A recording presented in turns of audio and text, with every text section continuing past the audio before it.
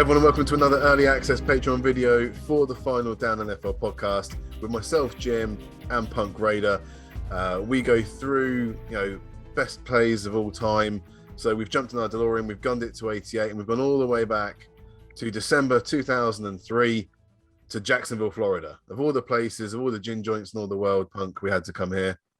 How you doing? First of all, you all right? Best. I'm good. Question: best plays of all time? This maybe not was always awarded the the best plays of all 2004 time. Maybe the most Play Award. So maybe the most infamous plays. Certainly, last week's was very much an infamous play. I wouldn't call it one of the best plays, but there we go. Such is life, isn't it? It's quite nice actually that you're not having to hate on the Raiders this week, which is quite good. No skin in the game. That's right. Absolutely no skin at all. And I actually remember this play when it happened. So yeah. Excellent. Yeah. Good 2003, ladies and gentlemen, and we are looking at what has been called the River City Relay.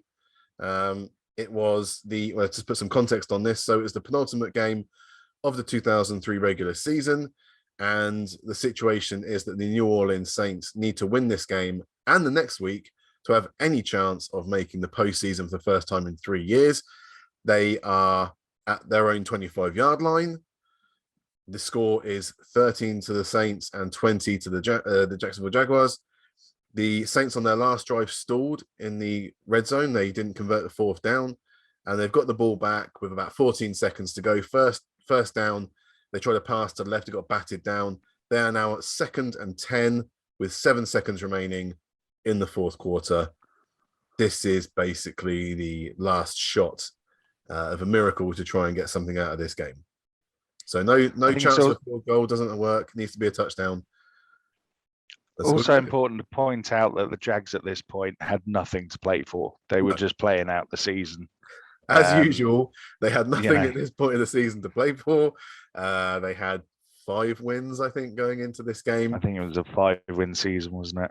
I think this game, it was Mark Brunell's kind of like sign-off game. He wasn't playing, but he came in as honorary because he was their longest-serving QB up until that point.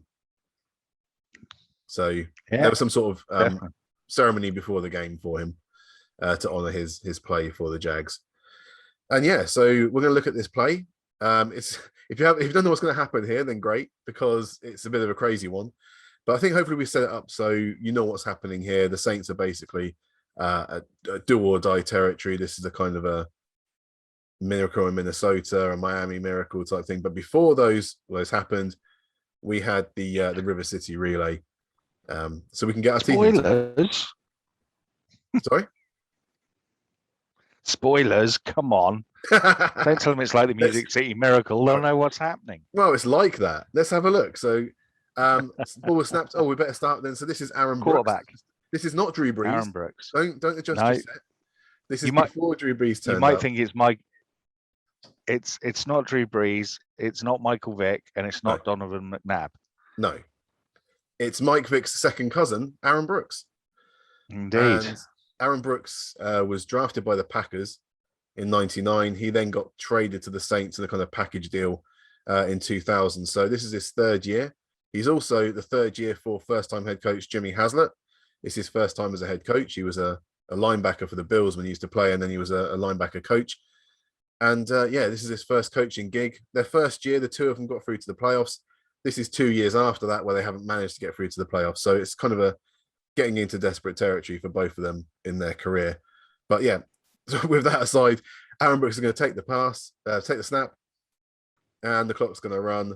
We're down to 5 seconds. This is Dante Stallworth, a former first-round pick for the Saints. Cutting back inside, the timer is now expired. And there's a lateral across to Michael Lewis, more of a kind of return man. Hand back to Juice McAllister, who until very, very recently was the Saints' leading rusher. But now we're in proper scramble mode, so the game has to end on this play. So they've got to get to the end zone. But as you can see, the Jags have at least kind of got to that side of the field and are starting to swarm around Juice. All he can do is he's fallen to the ground. It's kind of Carson Wentz backwards. I'm not sure there that he's not tackled, to be honest. Well, you calling the play dead? Well, possibly. I mean, it's hard to tell because obviously, we're going back to nearly 20 years ago, so we don't have the camera angles and the high def. But We do not. those knees when he lets go of that ball look awfully close to being close to the turf, if you ask me. Well, the back of his knees, maybe he's being taken to man backwards. Punk. What's wrong with Well, he this? is, but he's falling forwards. I don't know. We'll see. We'll see. Carry on. I'm Because he intrigued to see manages what happens with the rest of the play because I see a big number 61 there that looks like he could catch this and rumble forwards. He's not going for it. No, it's going to go further than that. It's going to go all the way over to Jerome Pathon. And there he goes into the end zone. And they have just got it down. There's Jimmy Haslam there. What a miracle play that is. Yep. So there we go. They've come back from the dead. 19 to 20, just Here's an their extra point to Christmas go. miracle. Haslett's asking for 1 point just to get him over the line, get him to overtime, and then win the game. Let's go back and have a look at this. So we're going from the end zone cam, which is not going to help us at all in the controversial laterals. So not a bad pass. Stallworth could have got out of bounds just with a second remaining, maybe. But he goes for it. Stallworth was always one of those receivers that he was good, but he was never quite elite. He was never really considered to be. In fact, that goes for quite a lot of this Saints team, to be honest. He did in New Orleans. Yeah, he did, and that could go for kind of Juice McAllister as well. He was always a good functional running back, but he was never what you would call kind of that top tier, top 5, top 10 running backs in the league. Yeah, he was good. He was never great. Here's the really controversial bit, Punk. At the top of the screen, this is the lateral that is most in doubt, and this is where Stallworth has thrown it over to the left side to Michael Lewis. If we can see here, he's on the 34-yard line there when he kind of hoops it up. And then as it comes down, thank you to Fox for drawing on the screen for us. But see, Michael Lewis has kind of caught it on the 33. Yeah. During replay years, I would say, with the technology nowadays, they'd probably measure it and whether someone's toenail was behind the line or something they can look at. But back in those days, it was very much more of a feel than an actual, drawing of lines and trigonometry. Yeah, but this was the one play in the sequence that could have resulted in the play being reversed. I feel because if it's not going backwards, it could. I mean, it absolutely could. But from the problem you have with this particular lateral is that the camera angle is not looking, and this is a problem with a lot of plays like this, is that the cameras don't look, perpendicular straight down the line. So you're always looking at a slightly funny, elevated, weird angle that makes the ball look like it goes in directions that it might not actually physically go. I mean, it's borderline, to be honest. But when the outcome of the play is the touchdown, I think you just let it stand for the sake of letting it stand at that point and go, well done, lads. Yeah, unless you can prove it hasn't gone forwards, then yeah, you've got to give him the benefit of the doubt, I guess. And that would happen now as well.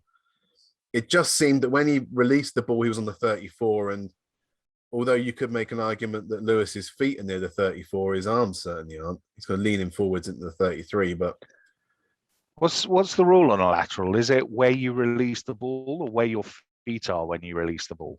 I think it's where you release the ball.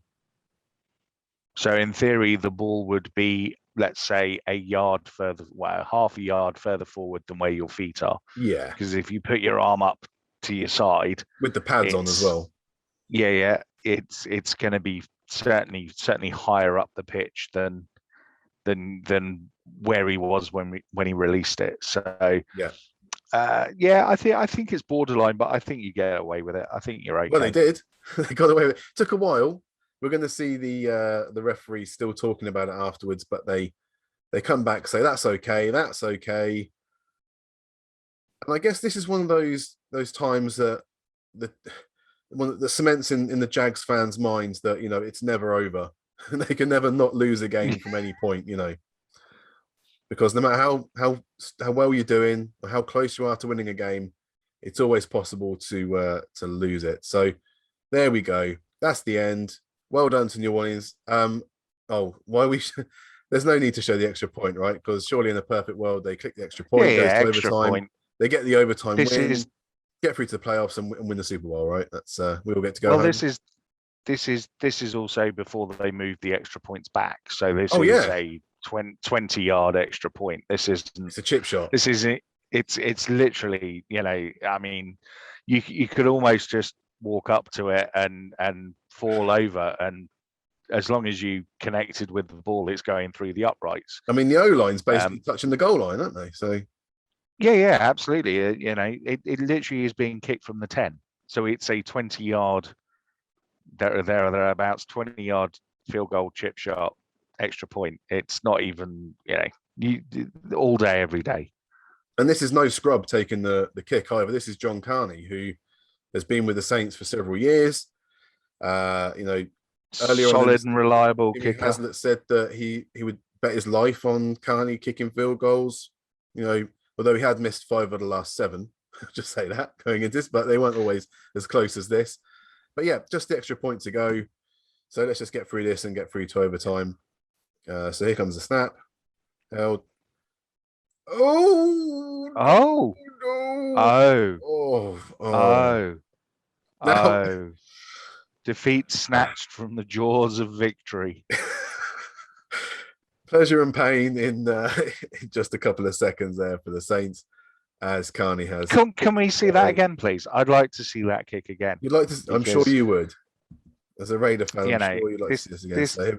This kick is a thing of beauty. I mean, it's not even close. No, I mean it's you're kicking it 20 yards and it's not even close. It's a danger to the supporters wide. behind the post. It literally is. It literally is.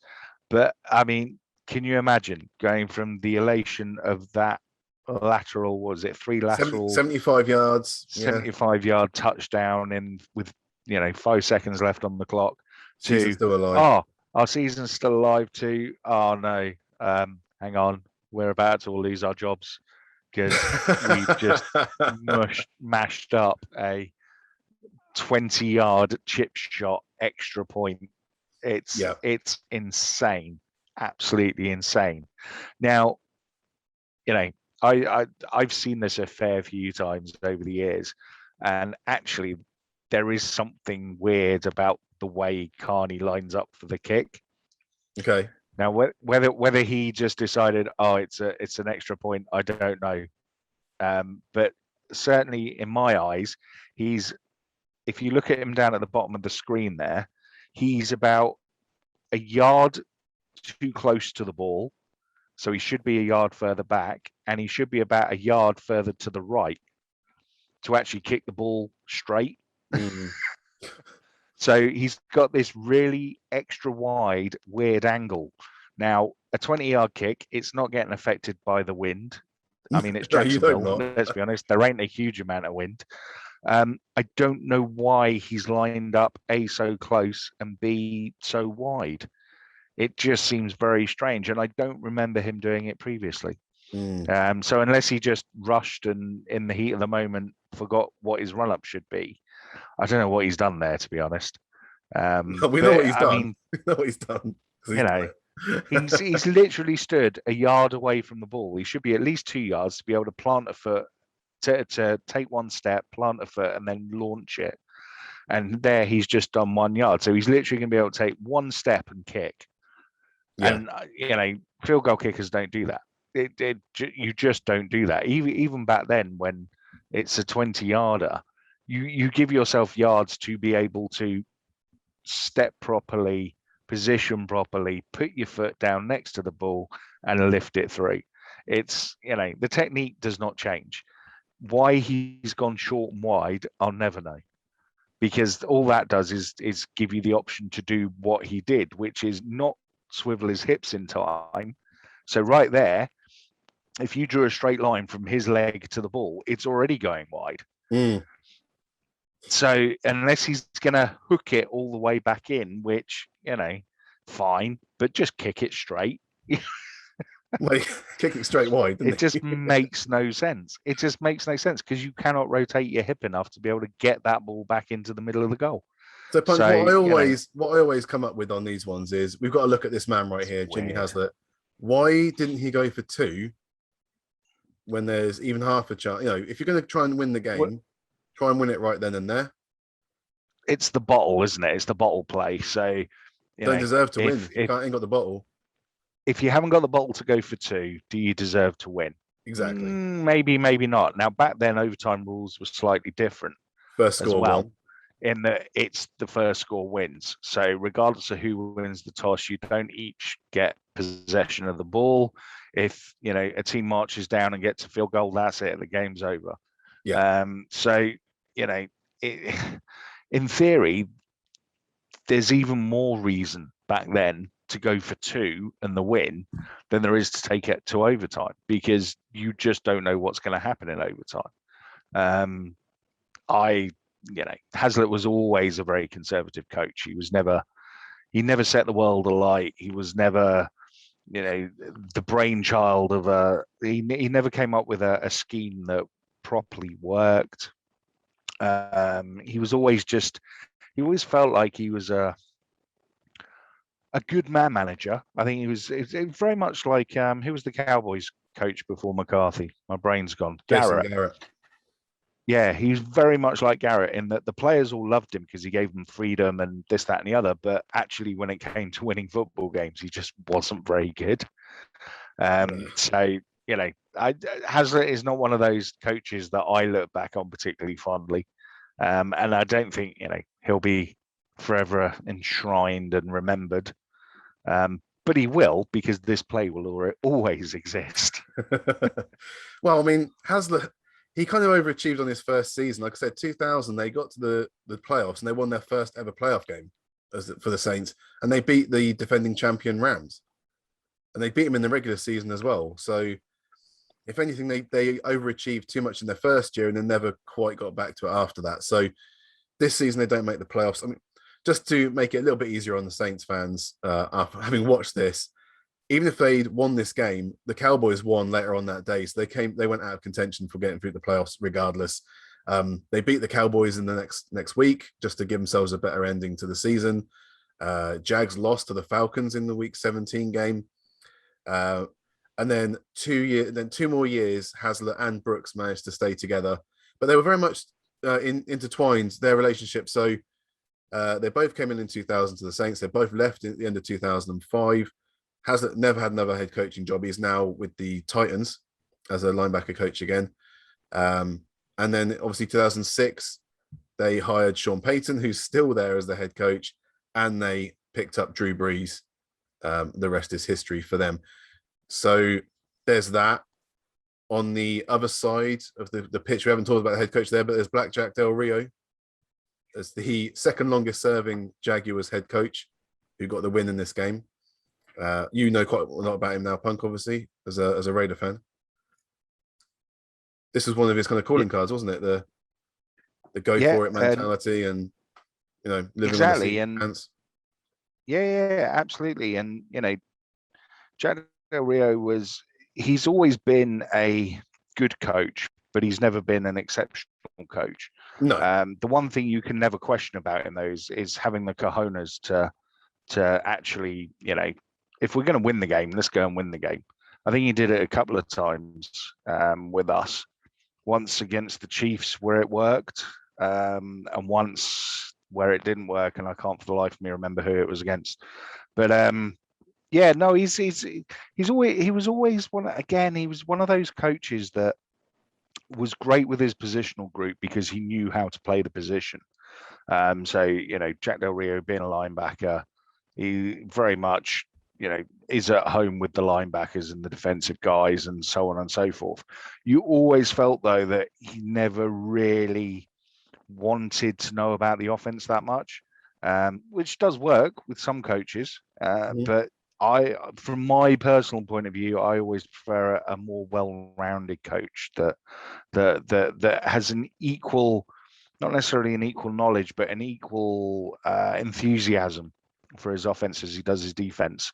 Something that, I think Denver Dave at the minute is kind of wishing he had with Fangio. Someone that actually cared what the offense looked like and how it scored points rather than just solely concentrating on defense. And I'm pretty certain Jack Del Rio might end up in an NFL job again. I mean, he keeps having these little bounce arounds to, between head coach and positional coach, and I think the odd stint as DC defensive coordinator as well. So he's still very much within the confines of the game. I would not be surprised if someone went calling on him again at some point.